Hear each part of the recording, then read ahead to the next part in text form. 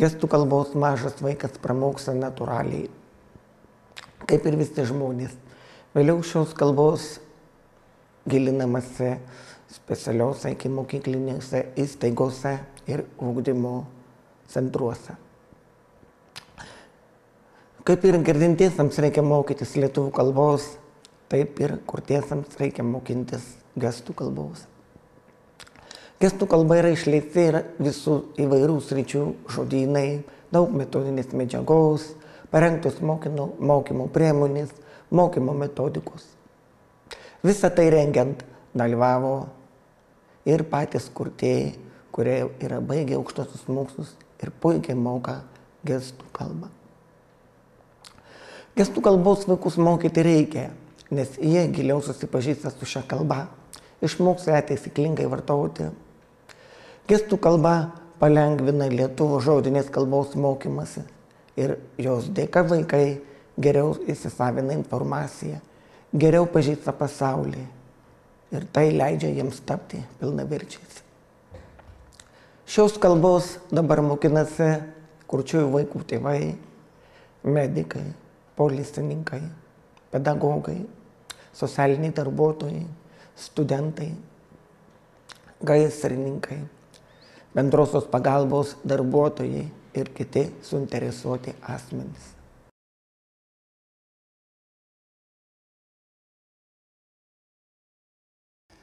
Kauno kurčiųjų ir neprigirdinčiųjų ugdymo centre mokosi vaikai iš visos Lietuvos, kurie yra kurtieji ar neprigirdintieji. Čia jie yra apgyvendinami bendrabutėje, yra maitinami. Vaikučiai įgyja mūsų centre pradinį išsilavinimą ir pagrindinį išsilavinimą. Jauniausi vaikučiai, kurie ateina pas mus į centrą, yra 7 metų ir jie pradeda mokytis parengiamojoje klasėje.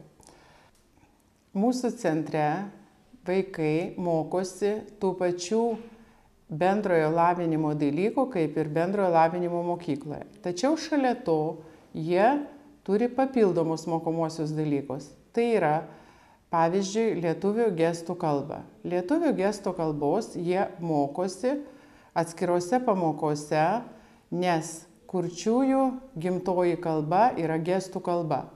Ir kurčiajam labai svarbu nuo pat mažens naudoti gestų kalbą, kadangi geriau vystosi vaiko pažintiniai procesai ir vaikui daug lengviau mokytis toliau ir kitų mokomųjų dalykų.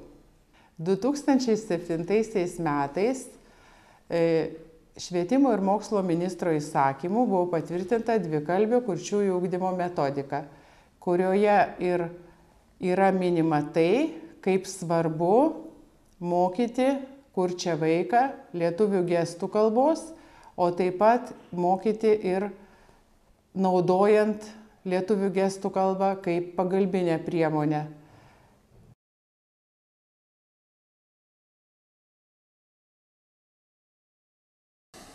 Dabar visi tėvai aklai tiki, kad kochleariniai implantai yra vienintelė ir pagrindinė garantija išgelbėsinti jų vaiką nuo kurtumo. Taip sako ir gydytojai. Bet reikia suprasti, kad pats kochlearinis implantas pats savaime jis nieko negarantuoja, jis tik suteikia didesnę arba mažesnę galimybę girdėti.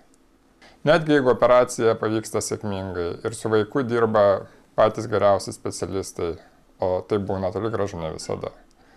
Vis tiek reikia labai daug laiko, kol vaikas išmoksta atpažinti kalbos garsus ir kol ta kalba jam tampa daugiau ar mažiau natūrali. Visą tą laiką girdintys bendraamžiai kasdien bendrauja ir tobulėja, o implantuoti vaikai vis labiau atsilieka.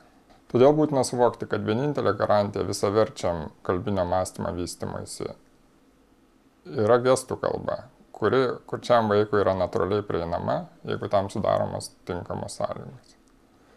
Kaip sudaryti tas sąlygas, jau yra kitas klausimas.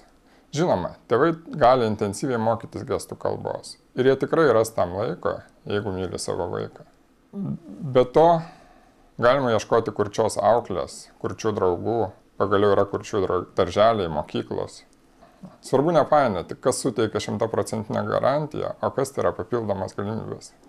Ir suprasti, kad kurčias vaikas gali būti laimingas tik tada, jeigu jis turės natūralią bendravimo priemonę. Tiesa, medikai nerekomenduoja gestų kalbos, esą jie trukdys implantuotam vaikui išmokti žodinę kalbą, nes vaikas turės alternatyvią bendravimo priemonę. Tai yra primityvi ir žiauri vaiko atžvilgių logika. Juk psicholingvistikos mokslas seniai įrodė, kad ankstyva dvikalbystė niekaip nekenkia vaiko mąstymui, bet atvirkščiai yra labai naudinga. Jeigu vaikas mokės gestų kalbą ir turės susiformavusi lygiavertį mąstymą, jam bus daug lengviau išmokti ir lietuvių kalbą, ypač su kokleariniu implantu. Bet kažkodėl greičiausiai iš nesupratimo tėvai renkasi vaikams sunkesnį kelią. Liūdna.